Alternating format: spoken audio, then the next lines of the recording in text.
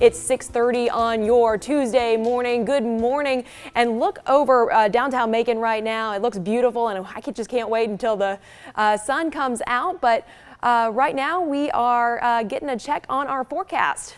And it's going to be a very mild morning for us across central Georgia, much warmer than this time yesterday. So the heavy coat's not really needed, but a light jacket's not a bad idea. Right now, here's a live look again from downtown Macon, as Ashton said. 43 degrees now in Macon area wide. We're seeing those mid 40s to upper 40s, maybe a 50 sprinkled in there. 43 now in Warner Robins, 46 in Gordon, 46 in Monticello, 48 as you head into Butler. Notice a little bit warmer as you head west. Now, the southwesterly wind is bringing in some warm, moist air from the Gulf of Mexico. That's causing dew point temperatures to rise. So we're starting to see some of our southwestern areas already in those mid 40s. What the moisture will do is fuel some of the cloud cover and some of the rain for later on. Live radar shows we're quiet this morning, but if you take an immediate look to our north, you'll notice that there is a pretty good swath of rain over parts of North Georgia, all north of the I-85 corridor. That rain is heading to us this afternoon. I'll break down the full 7-day forecast. It's very rainy. That's coming up in a few minutes. Thanks, Taylor. This morning, we're working to learn the identity of a Warner Robins man killed after getting shot and crashing his car. That's right. The Warner Robins Police Department says it happened on North Davis Drive just after 7:30 last night. They say a 41-year-old man crashed his car in the 600 block of North Davis Drive near the 7-Star Food Mart. Someone took him to the Houston Medical Center after realizing he was shot. Doctors later pronounced him dead.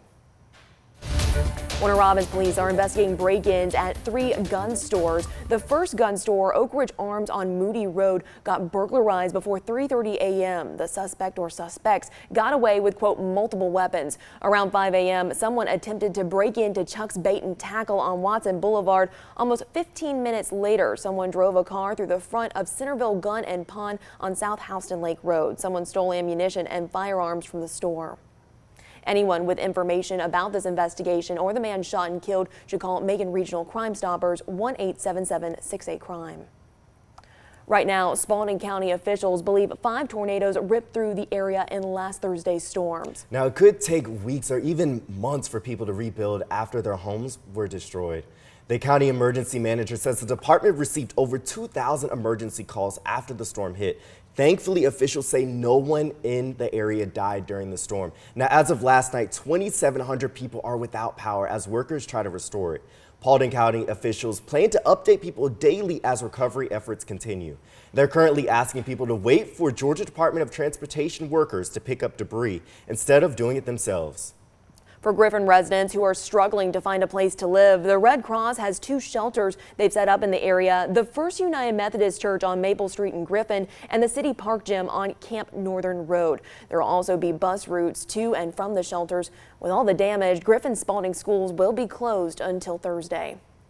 Now this morning, we're continuing to learn about a disaster relief shelter now open in Henry County, just north of Spalding County. The Locust Grove Recreation Center on Cleveland Street is now open with the help of American Red Cross. Now there's showers, bathrooms, washers, dryers, wireless internet, and also charging stations. The Salvation Army has a mobile kitchen set up for the Indian Creek Mobile Home community. They're providing up to 2 meals a day for people without power. Tonight, Macon Bibb commissioners have a busy agenda for their final January meeting. That's right, Ashlyn. This actually includes $7.5 million in American Rescue Plan money to help with affordable housing and also the fight against blight. Now, the goal is for that group to use the money to help eliminate blight or to loan it out to qualifying owners and developers. Those developers would have to use the money to build, rebuild, or maintain affordable housing in Macon Bibb. Now, Mayor Lester Miller told commissioners just last week Macon Bibb does not have enough affordable housing. Commissioner Elaine Lucas also signed on as a co-sponsor, telling the board about families who are forever renters because of the high prices.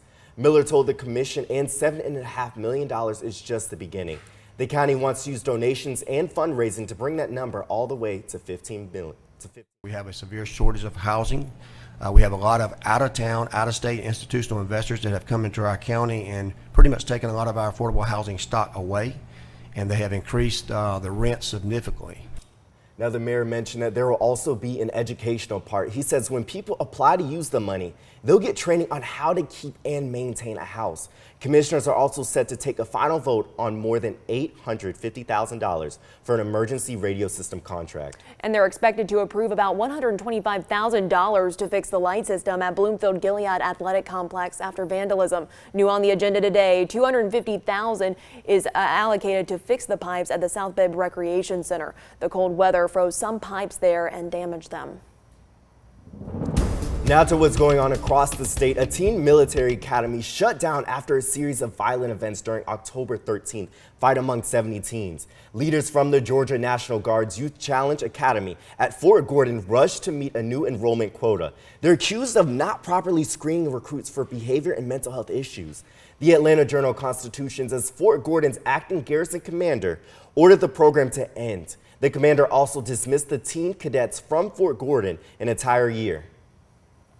Now it's budget weekend. Governor Kemp proposed $32.5 billion for the 2024 fiscal year, which is actually a record state budget for the assembly to vote on. Now the 400-page proposal includes K through 12 getting more than $1 billion more in funding and state employees getting a $2,000 raise. Governor Brian Kemp also wants to return $1 billion in state income tax to Georgians. He's also proposing a $1.1 billion for one-time property tax refund. Now, homeowners will receive a $20,000 exemption for their assessed home value on their 2023 property tax bill. This actually saves homeowners about $500 each. Taxpayers in my district are really excited about this property tax relief grant. I think it'll go a long way trying just to help Georgians just meet what increasing costs they're facing right now. And the bigger budget is all possible because of an all-time high state surplus of more than $6 billion. And there's also some big money that could be coming right to our area. Based on the governor's proposal, $16 million could go toward the renovation of some learning halls at Fort Valley State University. Not only that, but $5.4 million could go towards creating a behavioral health crisis center at the Community Service Board right in Dublin. Now, it would include 24 beds, 16 observation chairs. Also, the governor's office is proposing a $5 million for renovation at the Public Safety Training Center right in Forsyth. Today, you have a chance to say goodbye to two old stores in downtown Macon. Former customers can reminisce on the days when the Joseph and Neil's store and Blair's Discount Furniture store were open.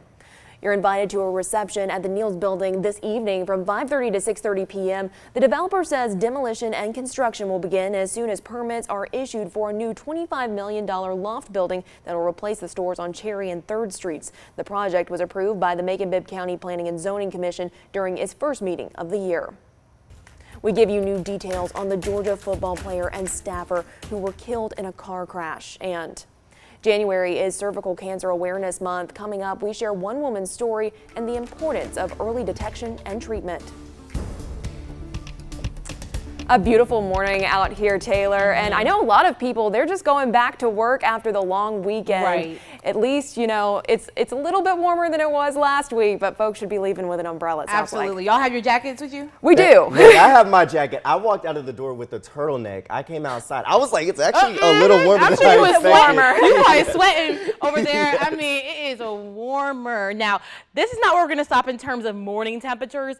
We actually will get much warmer tomorrow. It's all a part of our very unsettled pattern we're entering into central Georgia. So right now, a live look from the National Fairgrounds in Perry shows you it's dark, but I will tell you, you can see a little bit of the breezes coming. That's showing you it's coming from the southwest. That's keeping us warm across central Georgia. So upper 40s in Perry. Area wide, we're 15 to 20 degrees warmer than this time yesterday. So a light jacket is probably your best bet for today, and the southwesterly breezes will continue, which will allow us to warm up thanks to all the warm, moist air coming from the Gulf of Mexico. Area wide, we're seeing 40s and some 50s on the map too, a little bit warmer as you head west. Now, across central Georgia, we are staying dry for now, but when you have warm, moist air from the Gulf of Mexico, it enhances our moisture, which means that cloud cover and rain is going to definitely be enhanced soon. You can see just to our north along the I-85 corridor,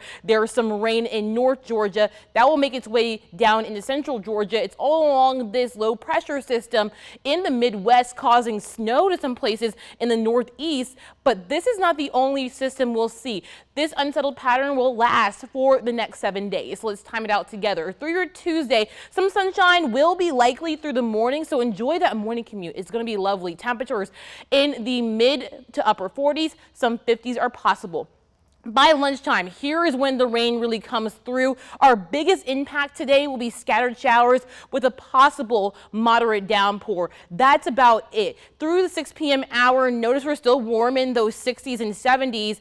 Through the night tonight, the cloud cover will stick around. That will allow us to stay very warm for Wednesday. So if you're already thinking you're warm now and you're sweating with your turtleneck on, you're going to be very hot tomorrow with temperatures staying in the upper 50s, low 60s. Scattered showers will turn to isolated showers into Wednesday. Thursday is when we get our next big rain chance. For Tuesday through Thursday, we're going to see high temperatures about 20 degrees above average in the low to mid 70s. Here comes that cold front Thursday afternoon, bringing some isolated showers and storms across the area. We could have a rumble of thunder or two, but this cold front will clear us out as we head into Thursday night into Friday. Now we get a break Friday, but Saturday and Sunday, rain chances return along a coastal low. Overall, central Georgia, you could pick up 1 to 3 inches of rain over the next 7 days. We're back after the break.